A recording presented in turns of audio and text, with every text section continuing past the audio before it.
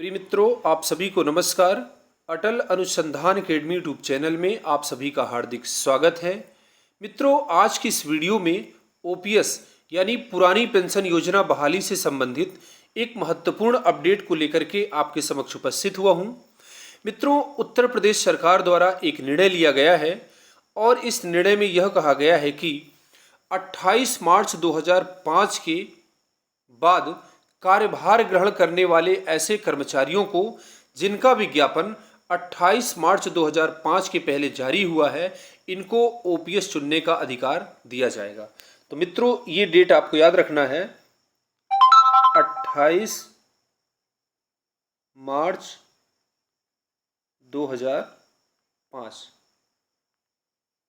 28 मार्च 2005 के बाद कार्यभार ग्रहण करने वाले ऐसे कर्मचारी जिनकी नौकरी का विज्ञापन 28 मार्च 2005 के पहले जारी हुआ था, भले ही नौकरी उनकी 2005 में, 2006 में, 2007 में, 2008 में कभी भी लगी हो, लेकिन यदि इनका विज्ञापन 28 मार्च 2005 के पहले जारी हुआ था तो इनको ओपीएस चुनने का अधिकार दिया जाएगा। ऐसा निर्णय उत्तर प्रदेश की सरकार द्वारा लिया गया है। मित्रों, यदि मैं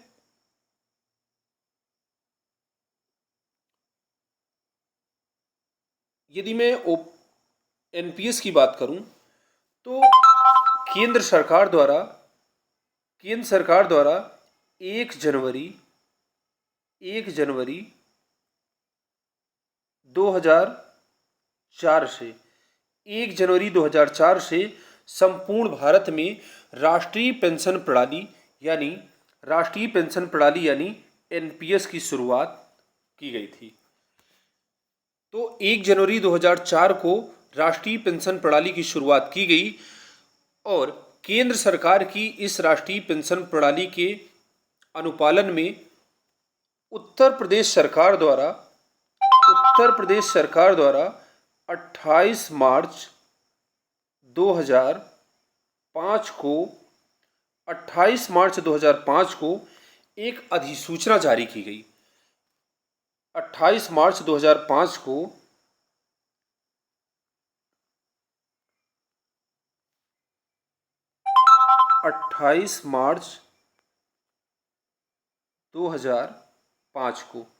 उत्तर प्रदेश सरकार द्वारा एक अधिसूचना जारी की गई। इस अधिसूचना में कहा गया कि 1 अप्रैल 2005, इसमें कहा गया 1 अप्रैल 2005 या उसके बाद कार्यभार ग्रहण करने वाले सभी कर्मचारी एनपीएस के दायरे में होंगे।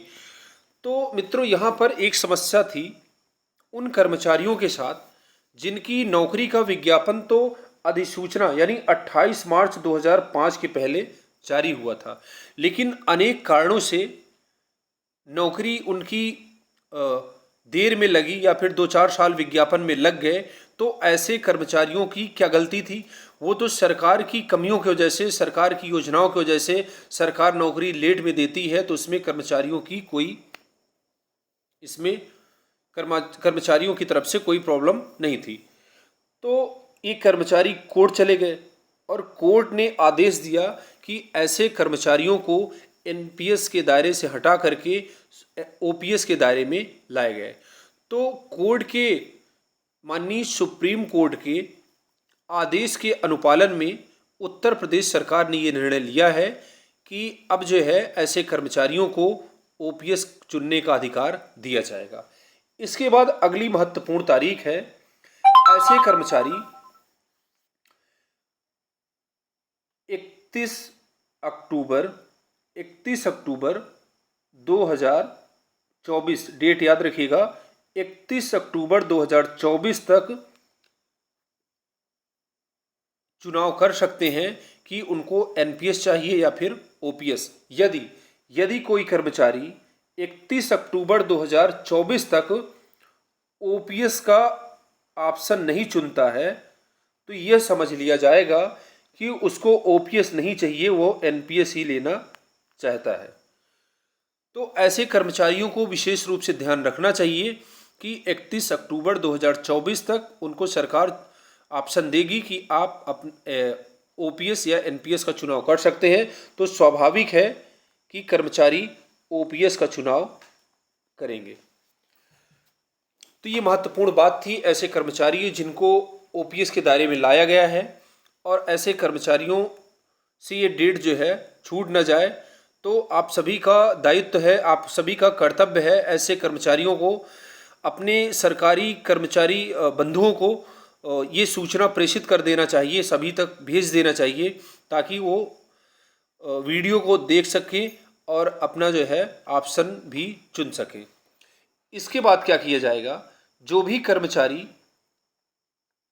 कर्मचारी ओपीएस का चुनाव कर लेंगे, एनपीएस से ओपीएस का चुनाव जो भी कर्मचारी कर लेंगे, इसके बाद क्या किया जाएगा, 30 जून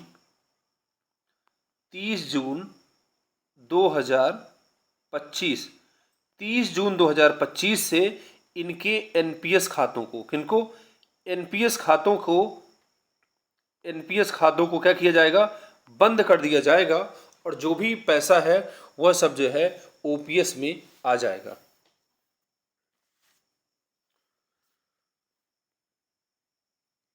तो अब आज देखते हैं इसमें क्या अपडेट है उत्तर प्रदेश सरकार की तरफ से। यहां पर आप देख रहे हैं, यूपी में पुरानी पेंशन चुनने के विकल्प का मौका कर्मचारियों के पास 31 अक्टूबर तक रहेगा। इसका लाभ प्रदेश के कुछ कर्मचारियों को मिलने जा रहा है। प्रदेश सरकार ने राज्य कर्मचारियों को पुरानी पेंशन चुनने का विकल्प 31 अक्टूबर 2024 तक दिया है। मंगलवार को कैबिनेट ने 28 मार्च 2005 से पहले प्रकाशित विज्ञापन के आधार पर सरकारी नौकरी पाने वाले कर्मचारियों को पुरानी पेंशन स्कीम का विकल्प चुनने के अवसर के प्रस्ताव को मंजूरी दे दिया है। इससे करीब 50,000 कर्मचारी लाभान्वित होंगे। तो ऐसे कर्मचारियों को बहुत बहुत शुभकामनाएं हैं जो ओपीएस जैसी समस्या, जो एक महामारी है, उससे निकल कर, एनपीएस जैसी महामारी जो एक समस्या है, इससे निकल करके उनको ओपीएस का अधिकार दिया जा रहा है। ओपीएस यानी पुरानी पेंशन योजना, जो बुढ़ापे की जीवन रेखा है, बुढ़ापे का इसको सहारा भी कहा गया है। यूपी सरकार ने 28 मार्च 2005 को यह प्रावधान किया था कि 28 मार्च 2005 को यह प्रावधान किया था कि 1 अप्रैल 2005 या उसके बाद कार्यभार ग्रहण करने वाले सभी कर्मचारी राष्ट्रीय पेंशन प्रणाली यानी एनपीएस के दायरे में होंगे। यह प्रावधान राज्य सरकार के कार्मिक शासन के नियंत्रण वाली स्वायत्तशासी संस्थाओं और शासन से सहायता प्राप्त शिक्षण संस्थाओं के कर्मियों व शिक्षकों पर लागू किया जाएगा। ऐसा आदेश उत्तर प्रदेश सरकार द्वारा 2005 में निकाला गया था। तमाम ऐसे शिक्षक और कार्मिक हैं जिनकी नियुक्ति 1 अप्रैल को या उसके बाद हुई है, लेकिन उस नौकरी का विज्ञापन 28 मार्च 2005 से पहले निकाला गया था। वे लंबे समय से पुरानी पेंशन स्कीम ओपीएस का लाभ लेने की मांग कर रहे थे। केंद्र सरकार इस तरह के कर्मचारियों को यह सुविधा देने जा रही है, दे चुकी है। कैबिनेट से अनुमोदित प्रस्ताव के अनुसार ऐसे कर्मचारी जिनकी नियुक्ति 1 अप्रैल 2005 को या उसके बाद हुई है, लेकिन नियुक्ति के लिए पद का विज्ञापन एनपीएस लागू किए जाने संबंधी अधिसूचना जारी होने की तिथि 28 मार्च 2005 से पूर्व प्रकाशित हुआ था, उन्हें पुरानी पेंशन योजना का एक बार विकल्प उपलब्ध कराने जाने का निर्णय लिया है। शनिवार को अपर मुख्य सचिव दीपक कुमार ने शासनादेश जारी कर दिया है। ओपीएस चुनने वालों के एनपीएस खाते 25 जून 2025 को बंद कर दिए जाएंगे। यहाँ पर आप देख रहे हैं 25 जून 2025 को बंद कर दिए जाएंगे। शासनादेश के मुताबिक यदि कर्मचारी Uttar Pradesh retirement benefits rules 1961 के अधीन कवर किए जाने की शर्तों को पूरा करता है तो प्रशासकीय विभाग के अनुमोदन के बाद इस संबंध में एक आदेश नियुक्त अधिकारी जारी करेंगे। आदेश जारी होने के अगले महीने के वेतन से अभिदाता, अंशदाता और नियोक्ता अंशदान की कटौती बंद कर दी जाएगी। जो कर्मचारी ओपीएस का विकल्प चुनेंगे उनके राष्ट्रीय पेंशन प्रणाली एनपीएस खाते 30 जून 2025 से बंद कर दिए जाएंगे। इन खातों में जमा कर्मचारियों का अंशदान उनके सामान्य भविष्य निधि खाते में, यहाँ पर देख रहे हैं कि जो भी पैसा एनपीएस में जमा किया गया है उनको सामान्य भविष्य निधि खाते में जमा कर दिया जाएगा। इन खातों में जमा सरकारी अंशदान राजकोष में जमा किया जाएगा। 31 अक्टूबर तक विकल्प का प्रयोग न करने वाले कर्मचारी एनपीएस के दायरे में ही रहेंगे। तो ये डेट महत्वपूर्ण है, 31 अक्टूबर तक विकल्प का चुनाव कर लेना है, 31 अक्टूबर 2024 तक। राहुल और गडकरी से पुरानी पेंशन बहाली के लिए मिले अटेवा के प्रदेश अध्यक्ष। अटेवा के प्रदेश अध्यक्ष विजय कुमार बंधु ने संसद सत्र में पुरानी पेंशन बहाली के मुद्दे को उठाए जाने के लिए शुक्रवार को संसद भवन परिसर में सत्ता पक्ष व विपक्ष के नेताओं से मुलाकात की है।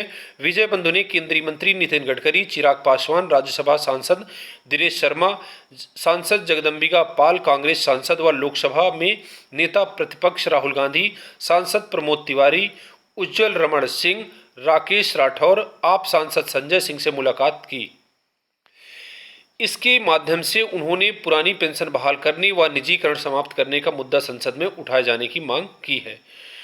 तो मित्रों, आपने आज की यह महत्वपूर्ण खबर देखा है। यहाँ पर 50 हमारे कर्मचारी बंधु, 50,000 कर्मचारी बंधु ओपीएस के दायरे में आने वाले हैं, ओपीएस के दायरे में आ जाएंगे। इनके लिए एक बहुत बड़ी खुशखबरी थी और सभी कर्मचारियों को शुभकामनाएं हैं। अभी तो जिस प्रकार से संपूर्ण भारत में वन नेशन वन इलेक्शन,